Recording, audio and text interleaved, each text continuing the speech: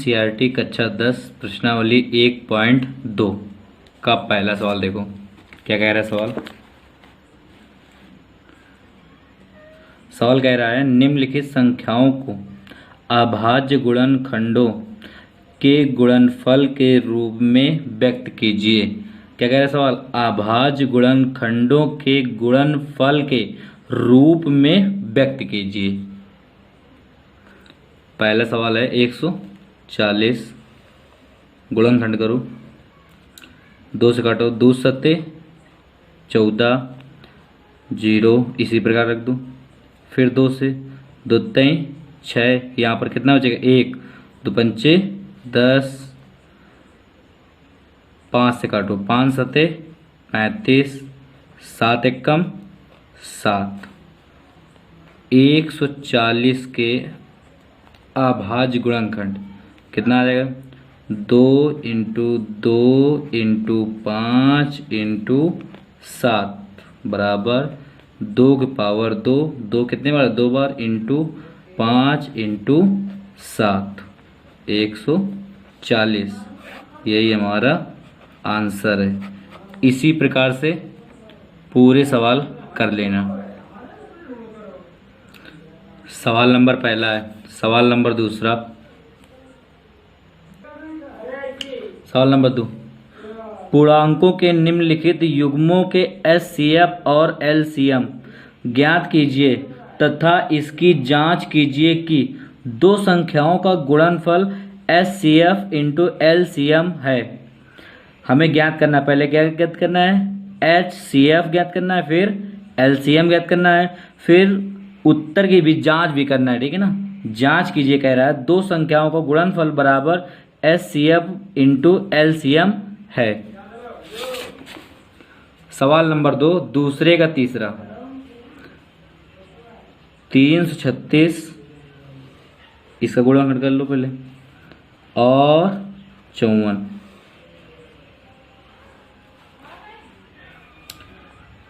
2 एकम 2, 2 छाका 12, 2 8 16, 2 8 16, 2 चौको 8, 2 चौको 8, 2 दूनी 4, फिर 2 से 2 दूनी 4, 2 एकम 2। अब कितने से कटेगा? 3 से, 3 सत्ते 21, 7 एकम 7। आगे 2 से काटो, 2 दूनी 4, 1 बचा, कितना आ जाएगा? 14, 2 सत्ते 14, 3 से 3 नौवा 27, 3 त्रिका 9, 3 एकम 3। आगे 336 और 54 के गुणनखंड कितने? देखो 2 into 2 into 2 into 2 into 3 into 7। आगे 2 इंटू 3 इंटू 3 इंटू 3। आगे देखो, अच्छा हमें क्या ज्ञात करना था? HCF ज्ञात करना था। HCF का मतलब क्या होता है? मासा। मासा ज्ञात करना है। चलो अच्छा, मासा देखो, जो दोनों संख्या दोनों पद में मिल जाए, 336 और 54 में 2 2 मिल गया, एक तो ये ले लो और एक 3 मिल रहा है, 2 इंटू 3 बराबर 6। आंसर एक आ गया। आगे LCM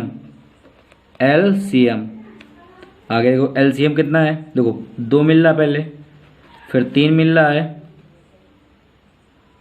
3 मिल रहा है, इंटू, फिर देखो अब तो कुछ मिल रही है ना, तो अब रखते हुए चले जाओ सब, 2 into 2 into 2 into 7 into 3 into 3। इसका गुणा कर लो, इसका गुणा कर लेना तो 3024 आएगा। तो LCM यही हमारा आंसर है। देखो उत्तर की जांच, दो संख्याओं का गुणनफल बराबर HCF LCM, ठीक है ना। तो पहले दो संख्या कितनी कितनी कौन कौन सी, देखो दो संख्या कितनी है, 336 और 54। तो दो संख्याओं को गुणनफल कह रहा, तो 336 इंटू 54 बराबर HCF। HCF कितना है, HCF कितना है, 6 इंटू आगे LCM कितना है, 3024। तो कितना आ जाएगा यहाँ पर, 3024। अब इसका गुणा करना है, 3024 है ये, 324 नहीं है ये, ठीक है। अब इसका गुणा कर लेना है, इसका गुणा भी करना है। जब इसका आप गुणा करना है तो ये आएगा 18,144 और इसके बराबर भी आएगा यही 18,144। यही हमारा आंसर होगा, उत्तर की यही जांच है बस।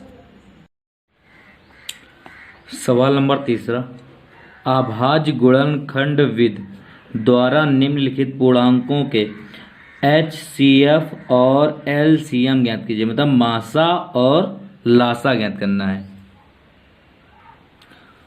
सवाल नंबर तीसरे का पहला, 12, 15 और 21, 12 के गुणनखंड कर लो पहले, 12 के और फिर 15 के गुणनखंड और फिर 21 के गुणनखंड। 2 से काटो, 2 छक्का 12, 2 तय 6, 3 एकम 3, इससे 3 से काटो, 53, 15, 5 एकम 5, 5 एकम 5। अब इसे 3 से काटो, 3 सते 21, 7 एकम 7। आगे देखो 12 के गुणनखंड कितने हैं, देखो 2 इंटू 2 इंटू 3। फिर 15 के गुणनखंड कितने हैं, 3 इंटू 5। फिर 21 के गुणनखंड कितने हैं, 21 के 3 इंटू 7। हमें ज्ञात क्या करना था, HCF। पहले HCF का मतलब मासा, HCF का मतलब मासा। तो अब मासे में मतलब कि जो तीनों मिल रहे हैं, क्या मिल रहा है, देखो 3 3 3, तो इसका मासा कितना आएगा, 3, यही मिल रहा है ना। अब हमें LCM ज्ञात करना है, LCM का मतलब मासा। अब पहले जो मिला उसे उठा लो, देख लो 3 3 3 3 मिल रहा है, इंटू अब जो बचे वो रख लो, 2 2 2 इंटू 2 इंटू 5 इंटू 7। अब इसका गुणा करना है, कितना आ जाएगा, इसका गुणा कर लेना, 5 दूनी 10 दूनी 20 और 20 तिरका 60 और 60 छक्का 420। यही LCM, यही हमारा आंसर है। सवाल नंबर 4, HCF 306,657 बराबर 9, मतलब कि HCF मासा कितना आया है, इसका कितना आया मासा, 9 दिया है, ठीक है। अच्छा, LCM 306,657 ज्ञात कीजिए, इसका LCM ज्ञात करना है हमें, इसका LCM ज्ञात करना है। सवाल नंबर 4, HCF दिए हैं 306,657 बराबर 9, LCM 306,657 ज्ञात करना है हमें, ठीक है। दो संख्याओं को गुणनफल बराबर HCF इंटू LCM। अब देखो दो संख्याओं को गुणनफल, दो संख्या कौन कौन सी दी है, देखो 306 एक संख्या दी है और एक 657 दी है, ठीक है। आगे HCF का मान कितना दिए हैं, 9 इंटू ज्ञात करना है हमें LCM, ठीक। अब 306 इंटू 657 अपान बटे में ले 9 बराबर कितना आ जाएगा, LCM 9 का भाग दे दो, कितना जाएगा, 9 त्रिका 27, और कितना बचा यहाँ पर 3, 9 चौको 36, कितना बचा यहाँ पर 34 इंटू 657 बराबर LCM। अब इसका गुणा करना है हमें,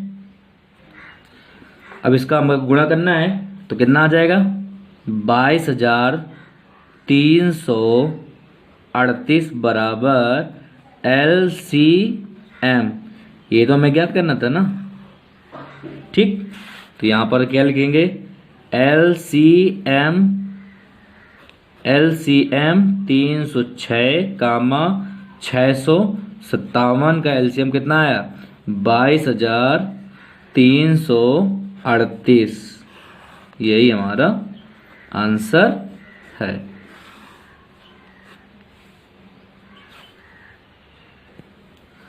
सवाल नंबर 5 कह रहा है, जांच कीजिए कि क्या किसी प्राकृत संख्या n के लिए संख्या 6 के पावर n अंक 0 पर, ये मतलब कि 0 पर समाप्त हो सकती है। अच्छा देखते हैं, पहले हम देखते हैं कि 6 के पावर n का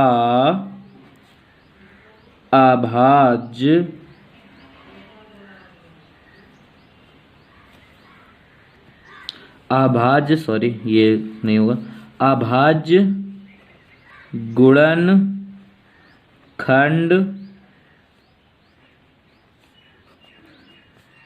अब यहाँ पर क्या लिख सकते हैं, 6 के पावर n के अभाज्य गुणनखंड क्या लिख सकते हैं, यहाँ पर 2 इंटू 3 के पावर n लिख सकते हैं कि नहीं लिख सकते, 3 दूनी 6 के पावर n, वही तो हमने लिखा। अब आगे देखते हैं, 0 पर क्या देखते हैं, 0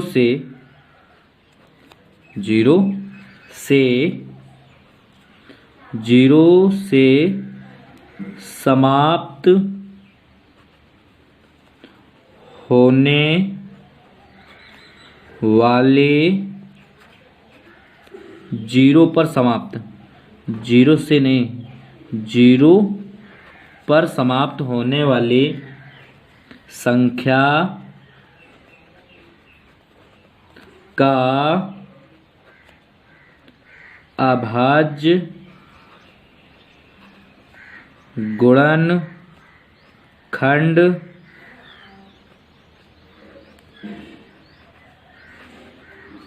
बराबर 2 इंटू 5 के पावर n के रूप का होगा। इस रूप का होगा। अगर हमारे पास यहां पर 10 होता तो 0 पर समाप्त हो जाता। देखो कैसे बता रहे हैं, देखो 5 दूनी 10 भाई, 5 दूनी 10, देखो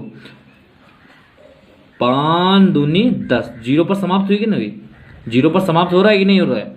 जैसे देखो अगला मान लो 25 इंटू 2, 25 दूना 50, ये भी 0 पर समाप्त हो रहा है कि नहीं हो रहा है, ठीक है ना। तो इस प्रकार अगर हमारे पास 0 पर समाप्त होने वाली संख्या का अभाज्य गुणनखंड 2 इंटू 5 के पावर n के रूप का होगा, ठीक है ना।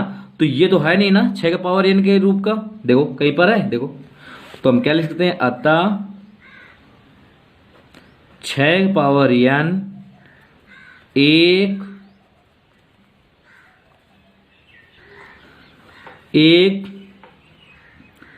0 पर समाप्त नहीं हो सकती है। यही हमारा आंसर है, ठीक। सवाल नंबर 6, व्याख्या कीजिए कि 7 इंटू 11 इंटू 13 प्लस 13 और 7 into 6 into 5 into 4 into 3 into 2 into 1 plus 5 भाज्य संख्या क्यों है? भाज्य संख्या क्यों है? देखो 7 इंटू 11 इंटू 13 प्लस 13, यहाँ से कितना का बना रहा है? 13 का बना रहा। 13 कितना बचेगा? 7 इंटू 11 प्लस का 13, फिर 13 11 इंटू 7 का गुणा करो, कितना आ जाएगा? 77 प्लस का सॉरी वहाँ यहाँ पर 1 बचेगा, इसलिए 13 का मान लिया 1।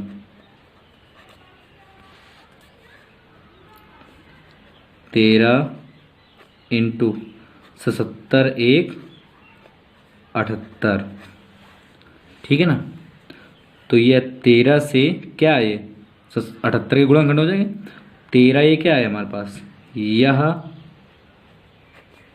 एक भाज्य संख्या है।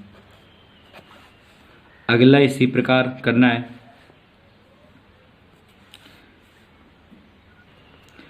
यहाँ से 5 का मान ले लो, इसी प्रकार करना है। कितना आ जाएगा? 5 7 into 6 into 4 into 3 into 2 into 1 plus 5 का मान आ गया है, कितना बचेगा यहाँ पर? 1। कितना? 5।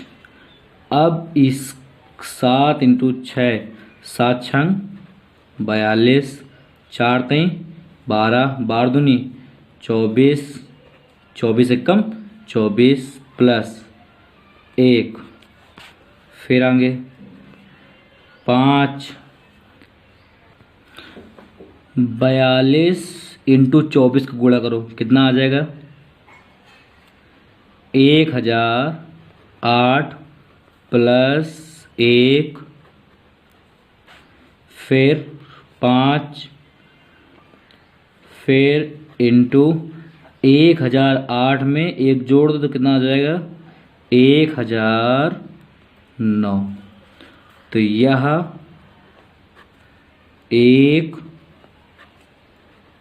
भाज्य संख्या है। अब पूछ रहा था किस लिए भाज्य संख्या? देखो ये 13 से जा रहा है, देखो ठीक है ना, और ये कितने से जा रहा है? 5 से, तो यह एक भाज्य संख्या है, बस ठीक। सवाल नंबर 7, किसी खेल के मैदान के चारों ओर एक वृत्ताकार पथ है। इस मैदान का एक चक्कर लगाने में सोनिया को 18 मिनट लगते हैं, जबकि इसी मैदान का एक चक्कर लगाने में रवि को 12 मिनट लगते हैं। मान लीजिए वे दोनों एक ही स्थान और एक ही समय पर चलना प्रारंभ करके एक ही दिशा में चलते हैं। कितने समय बाद वे पुनः प्रारंभिक स्थान पर मिलेंगे? हमें ज्ञात करना है 18 और 12 का एलसीएम। सवाल नंबर 7 कह रहा है मैदान का एक चक्कर लगाने में सोनिया को 18 मिनट लगते हैं, ठीक है, और कह रहा है इसी मैदान का एक चक्कर लगाने में रवि को कितने मिनट लगते हैं? 12 मिनट लगते हैं, ठीक है। अच्छा, तो 18 के गुणनखंड कितने होंगे? 2 इंटू 3 इंटू 3। अब 12 के 2 इंटू 2 इंटू 3, और इसके आगे ज्ञात क्या करना है? हमको एलसीएम ज्ञात करना है। हमें क्या करना है? एलसीएम ज्ञात करना है। एलसीएम बराबर, पहले देखो ये तो 3 मिल गया, ठीक है, 3 इंटू ये 2 मिल गया, 2 क्या क्या बच्चा हमारे पास? 3 बच्चा, 1 2 बच्चा, ठीक है। अच्छा, 3 दूनी 6, 36 का 18, 18 दूनी 36, LCM। ठीक है ना, तो क्या लिखेंगे यहाँ पर 36 मिनट 36 मिनट बाद वे दोनों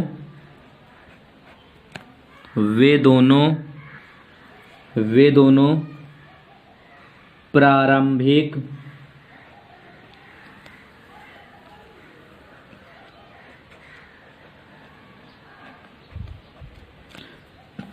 देखो 36 मिनट बाद वे दोनों प्रारंभिक स्थान पर मिलेंगे।